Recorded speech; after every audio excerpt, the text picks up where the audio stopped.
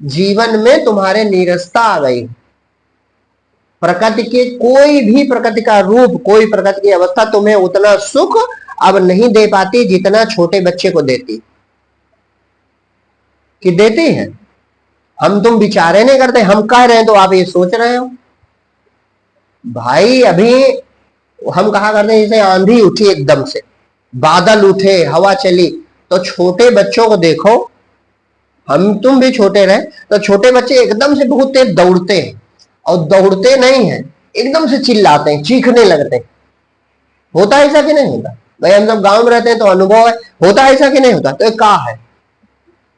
बादल उठा है बहुत तेज, हाँ खुद के है, जैसे बादल उठा है बहुत तेज। अब बादल उठा बहुत तेज, आंधी आने वाली है, एकदम से काले काले बादल, एकदम से तो मोर भी नाचने लगते और लड़के भी नाचने लगते। नाचने लगते हैं कि नहीं नाचने? तो ये जो एकदम से चीखते हैं तो क्या हो रहा है? उनके आनंद की रेखें उठ रही, आनंद की लहरें बच्चों में उठ रही, वो खूब मगन है, कूदते भागते नाचते एकदम से चिल्लाते। माने वो है अनुभव, प्रकटीकरण हृदय के आनंद का। माने प्रकृति की हलचल ने इस प्रकृति को आनंदित कर दिया। अब आता है ऐसा आनंद? काहे नहीं आता? अन्य जीवों को आता है, मनुष्य को नहीं आता। काहे नहीं आता? क्योंकि हम इतना विद्वान हो गए, इतने विचारवान हो गए। अरे हम ठीक से तेज से हंस ले तब भी अपमान है। संभल के हंसना चाहिए, हम श्रेष्ठ पुरुष है। माने सरलता सब खो गई और कुछ अपनी इच्छाओं में दबकर, अपनी वासनाओं। अब पता चला बादल उठा तो हम पहले रोने, पता नहीं वो काम ना गड़बड़ हो जाए। तो अच्छा, इसी तरह भोजन में भी है, इसी तरह भोजन में भी है, हर चीज में इसी तरह है। जब आप अपना अनुभव करो, जब आप बच्चे थे तो जितना आनंद हर चीज में था, अब का वो बचा है? पहले हम कहते हैं 8-10 लड़के मिलके एक साथ भोजन भी करें, उसमें भी बड़ा आनंद था, नहीं ना? अब आता हो तो बताओ। हम एक आपको उदाहरण बताओ है, आप 1 लाख रुपए का सोना खरीद के लाओ, 1 लाख रुपए का कोई गहना लाओ, आपकी पत्नी परिवार 1 लाख गहना पाकर उतने खुश नहीं होंगे। 1 साल 2 साल का बच्चा, वो लाल वाला डिब्बा उसे दे दो, वो डिब्बा पाकर उतना प्रसन्न हो जाएगा जितना आप गहना पाकर प्रसन्न नहीं होंगे। और डिब्बे में कोई तर्क नहीं छुपा, काहे उसमें खुश है, वो लाल रंग का है और मिल गया, वो उतने में खुश है। और वो उतना खुश हो जाएगा जितना तुम सोना चांदी गहना पाकर भी खुश। तो ये प्रसन्नता कहाँ चली गई सब? ये प्रसन्नता, ये आनंद आप में है स्वभावता, पहले से है, लेकिन हम अपनी इच्छा वासना और विचारों में इतना दब गए, इतना उलझ गए कि वो स्वभाव सब गया खो। और अन्य सब जीवों में अभी ये बाकी है, इसीलिए वे ज्यादा हमसे खुशहाल हो ये दिखाई पड़ते हैं। यद्यप उनमें भी संघर्ष है, ऐसी बात नहीं है कि उनका जीवन बड़ा खुशहाल है, लेकिन ये जो हम बातें बता रहे हैं, प्रकृति का प्रभाव शरीर पर और मन पर पड़ता है, तो पड़ता था कि नहीं पड़ता था? अब सब गायब हो गया, कहां चला गया? शून्य है कि नहीं है? अरे नीरसता यहां तक बढ़ जाती है, ये बड़ी अद्भुत बात है कि आदमी आत्महत्या कर लेता। आत्महत्या सबसे बड़ा पाप कहा गया। अब अपने को ही कोई मार डालना चाहता है तो सोचो वो क्या हो गया उसके साथ। कोई अपने को ही मार डालना चाहता, जीना नहीं चाहता, इसका मतलब जीवन कितना नीरस हो गया उसका। जीवन का सब सुख सूख गया, इतना दुख आ गया, इतना उसके अंदर कोई पीड़ा है कि वो जीने नहीं चाहता। तो ये क्या है? अपने ही कारण तो हुआ होगा भाई। जो हम हैं आज वो अपने ही कारण है। निज कृत कर्म भोग सब भ्राता, नाहिन को सुख दुख कर दाता। हमें सुख और दुख देने वाला कोई दूसरा नहीं, हम अपने ही कर्मों का फल भोगते हैं।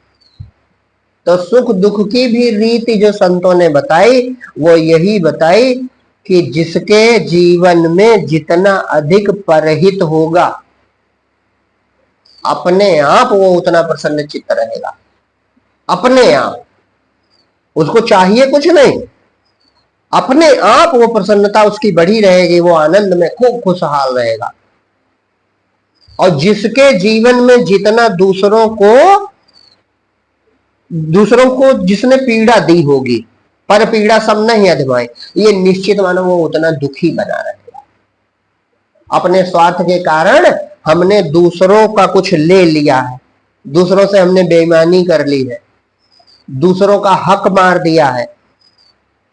जिसके जीवन में ये है वो उतना अधिक दुखी होता चला जाएगा, इसे कोई रोक नहीं सकता। ये संसार का सिद्धांत है, ये पक्का जानो।